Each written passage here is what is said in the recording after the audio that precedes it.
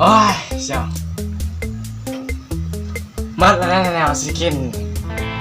กูก็ว่ายาสิกินกูบ่มีกูขึ้นออกแล้วสโตร์หาเขามาส่งเลย เอาวะเอานะมึงเสือกได้เลยแล้วมึงมีเงินได้เขาบอกมึงจะซื้อกิน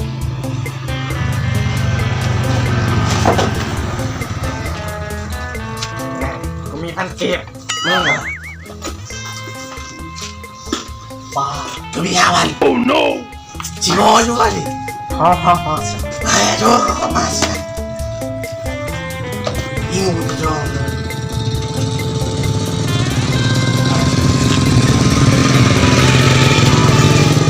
ฮัลโหลมึงอยู่เกิร์ลสิเอานั่นมาส่งกูเลยไปเลยกูหิวเฮงแน่นี่3 ชั่วโมงโดนเฮงกูหิวเฮงแล้วเชียวมาเดี๋ยวนี้นะบอกเขามึงเก่าแล้วเชียวนะราคาเท่าเก่าเลยกูก็มียังแต่ติดหมอยนี่เลยเชียวไว้เฝ้าได้แน่เชียวเขาสิมาส่งไว้บ่ประมาณ50 นาทีหิวแห้งแล้วกูก็ได้นี่จังได้นะนี่มันอะไรเอาเป็นคนโทรมาวันนี้โอ้เสี่ยวกินยาเลยฮัลโหลเสี่ยวมึงเอายาอยู่วะมึงจะเอาเดี๋ยวกูไปส่งประมาณ50 นาทีแหละกูสมมติอยากเห็นก็อดใจรอกันเนาะโอ้ยวันนี้แย่งเงินเป็นเงินแล้วเนาะผู้น้อยสาวเนี่ยดูดยาอยู่เนี่ย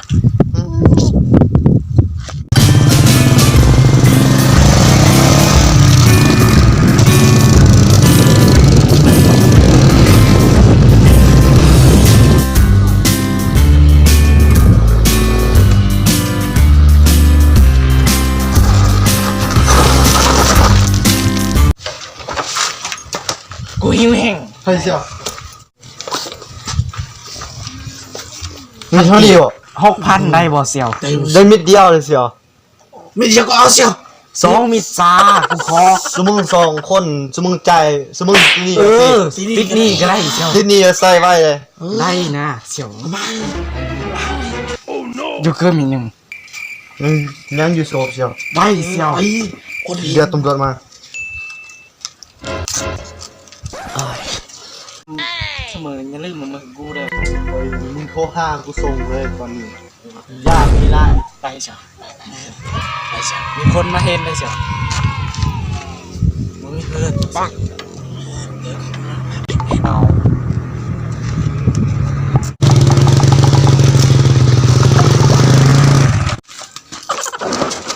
ก่อนโอ้ยกูบาดเชียวแล้วเชียวเอาก็ไปเลยไปนี่ดูตำรวจมาเห็นจังได้เฮ้ยกูใส่กระตุกอะไรมึงยิบนั่นกูกระตุกให้กู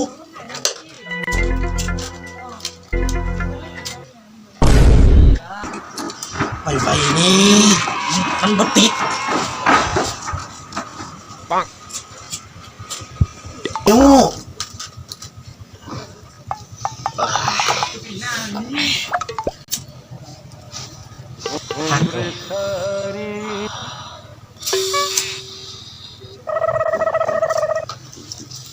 ไปเชียว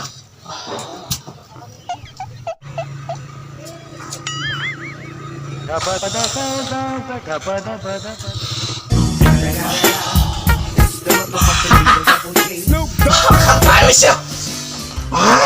กูกันเลยเดี๋ยวกูแกเฮ้ยเชียวมากูนี่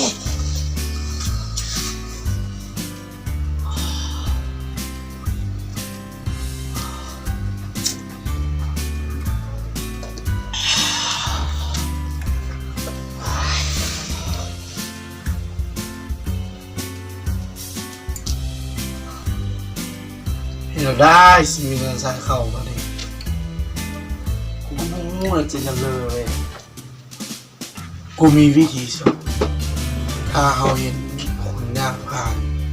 หายกระเป๋ามาแล้วนี่กูว่าเขาลักถกเอาเสียเนาะ จะจังไดแบบนี้ เฮ้ย จำเบอร์เหรอ ไหวแล้วเขาสวัสดีนะ นี่แหละ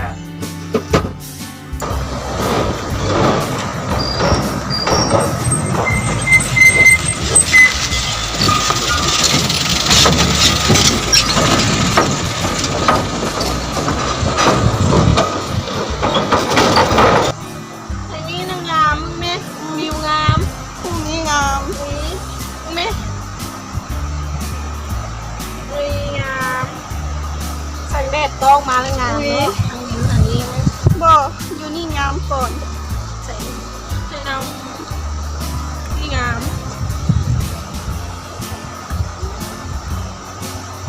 อันนี้ก็งามเข้าแบบไปทางนั้นด้านทางนั้นก่อนงามก่อน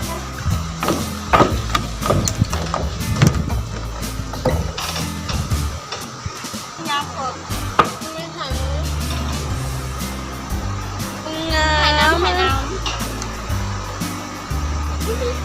เห็นบ่งาม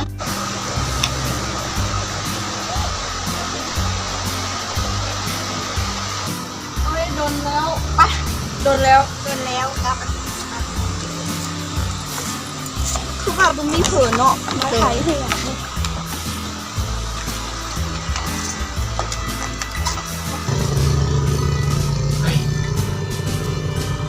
ยังกูเห็นสาวกูว่าต้องมีเงินให้เสร็จกูไปต้องสู้ไป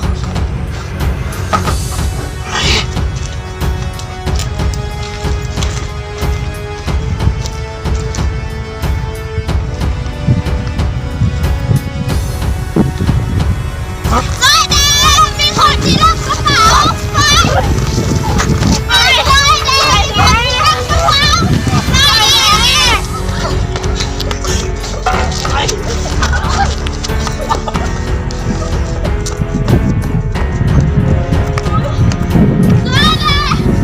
มีคนรับกระเป๋า เฮ้ยเจ้าเอาตามเพจเลยมันตำรวจเนี่ยกูว่าเสียเฮ้ยเฮ้ยมาเลยเอามาเลย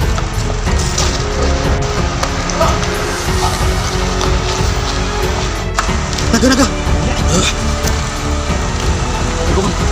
เนี่ยใครมาเนี่ยเดี๋ยวนะมาขึ้นเฮ้ยตายคือเนี่ยเฮ้ยมันดีตาย6,000นี่เลยดิมิดเดียวกูบอกอุ้มอันนี้ไม่ยังน้ำจิ๊กวะน้ำซัดประเด็นอย่าไปจิ๊กเลยขึ้นเอาฟ้าไปจิ๊กขนมจิ๊กมีน้อยเห็นผมมีแล้วมีแต่6,000นั่นแหละเอา6,000ก็เอาไปนิดนึงเนาะ2นิดคือไม่ได้กระเป๋าเลยนะนิดนึง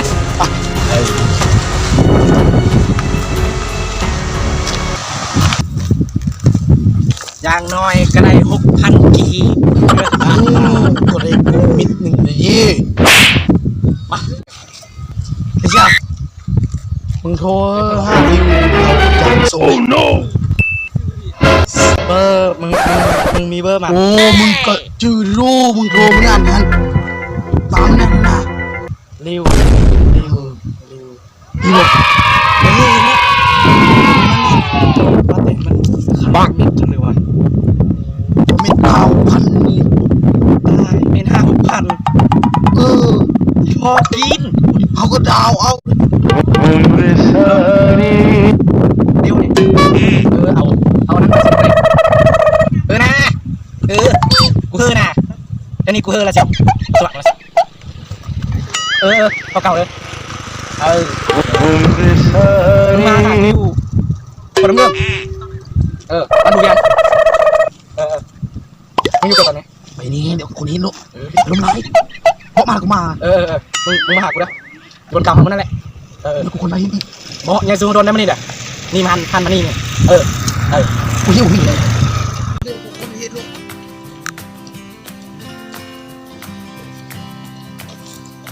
มาอย่างวะว่าเลยมึงบอกมันเลยว่ามาไฟมันยืน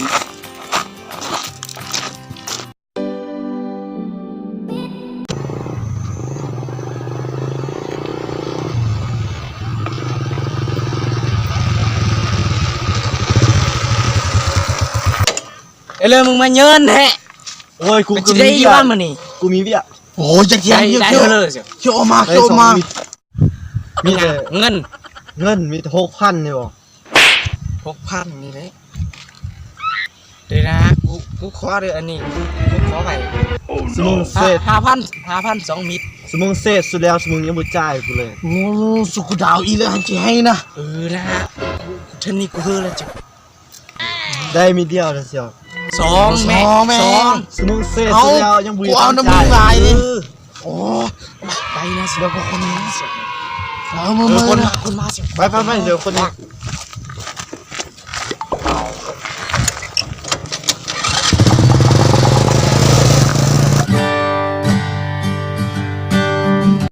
โถมันบ่ยามสุยหรอ นะไปเลยอันเดียวไปเลยท่านี่กู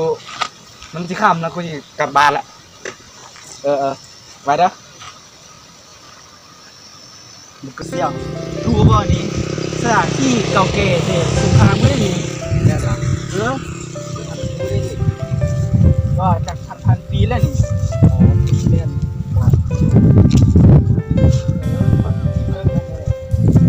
บอลปล่อยปฏิบัติแถวนี้คือว่าเพราะว่าเคยมีนักเลงหลาย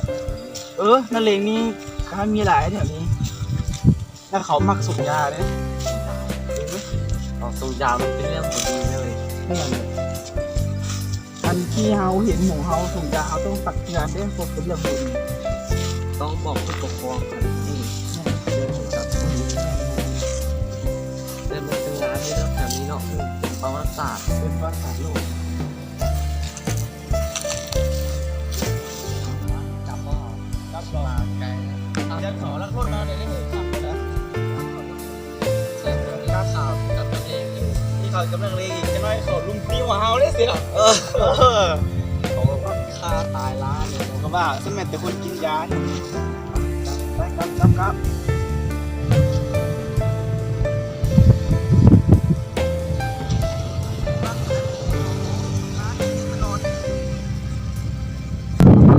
บ้านนั่นเคลื่อนเที่ยวมาแต่นี้ตลอดเลยก็ไม่อยากดูถ้ามันมาให้ยังไง ไปเอาต้องติดตามเนี่ยหมูอันนี้พฤติกรรมแปลกเลยดิ จะมาเฮ้ยไปหาลองนำมันลืม ไปเข้าไป จะมาคนน้อย ไปนำเบิ่ง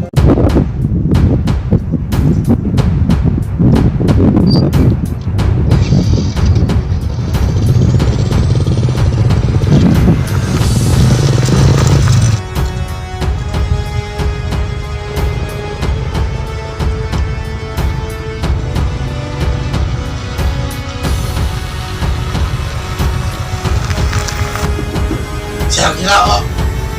เรามึง แหกกูออกมานี่มึงตักมึงตาบ่มีจอกแน่เลยเสี่ยว แม่งเลย บ่มีจอก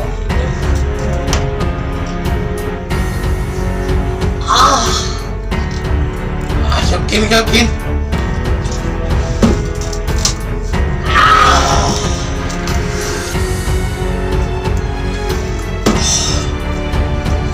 ป่าไปกิน นั่น น้ำหน่อย ที่มือผมมีเงินซื้อเจ้า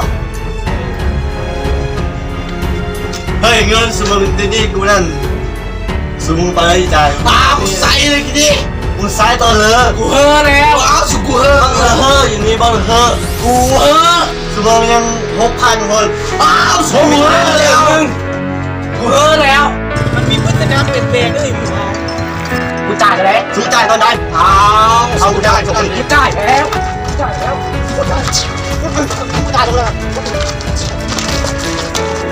เลิกวางเร็วเอาเฮ้ยเสือเหลืองเฮ้ยอันนั้นกูเอาเว้ย ภัยมันเกิดจะขึ้นเสียวไปเลย นี่เลยเสี่ยว ถ้ามึง มึงเน่าไม่วิธีมึงมีบักบอมกับบักเจเขาอีตีกู อ๋อเขาตีมือเลย เขาตีมือเลย กินยาแล้วเขาบุยเงินมาจ่ายกูแล้ว อ้าวมึงเสพยาบอก อ้าวมึงบอกกูเสร็จกูบ่ขายให้เขาอ้าวบ่บองกับบักเจกับหมู่เฮาก็หันแล้วสุดตัวก็อภัยดีเดี๋ยวนี้ฮะ มึงเสพยาบอกพวกนั้นก็กินยาบอก พวกนั้นกินยาบ่หมู่เฮา ไม่ได้ไปหาตำรวจ ผ่านตำรวจล่า ทางที่ถึง ทางที่ ตำรวจ แต่พวกนี้เพราะว่าอันนี้คดีมันเองเป็นผลท้ายเนี่ย เดี๋ยวแล้ว2 คนขับไปใส่แล้ว2 คน ส่งแล้วเขาไปเลย แล้ นะ วเราเป็นขออะไรนะ กูกินน้ำไป เรือพนำพายมึง มันเป็นเรื่องเอาเลยไปก่อนเลยไปก่อนเลย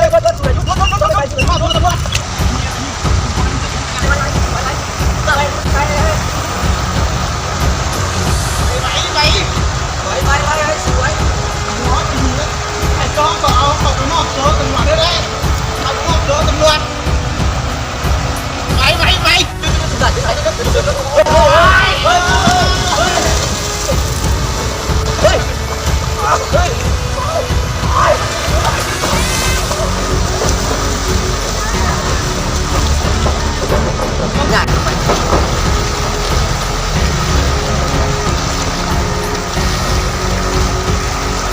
อ่านเท่าไหร่เลย เจ้ามือก่อนหัวเนี่ย ทำไมต้องจำเขาได้